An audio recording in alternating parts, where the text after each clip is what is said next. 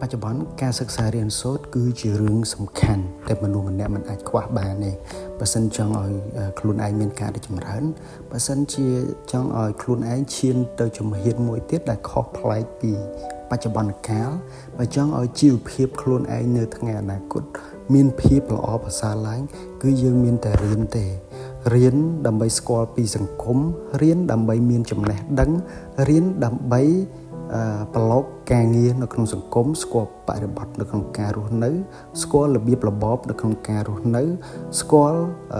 របៀបដើម្បីធ្វើឲ្យខ្លួនឯងរីកចម្រើននិងឈានទៅកម្រិតមួយតាមដែលខ្លួនឯងពងប្រាថ្នាធម្មតានៅពេលយើងរៀននៅពេលយើងស្គាល់គេស្គាល់ឯង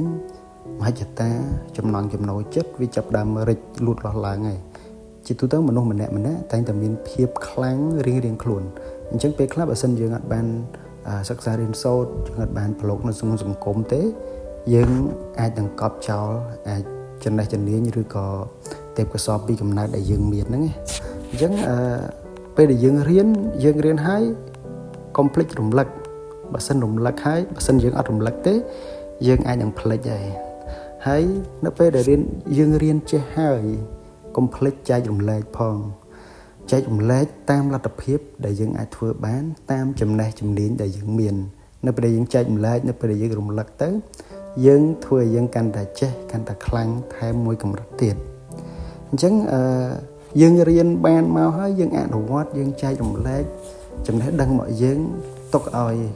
អ្នកផ្សេងទៀតគេស្ដាប់ទុកឲ្យអ្នកចំនួនក្រោយទៀតគេស្ដាប់នៅពេលគេស្ដាប់ទោះបីជាយ៉ាងហោចណាស់ក៏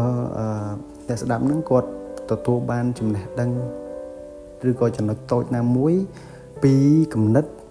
ពីយោបល់ដែលយើងបានចែករំលែកទៅនឹងដែរអញ្ចឹងកុំភ្លេចអនុវត្តទាំងអស់គ្នាចូលរួមចែករំលែកដើម្បីសមត្ថភាពខ្លួនឯងហើយនឹងដើម្បី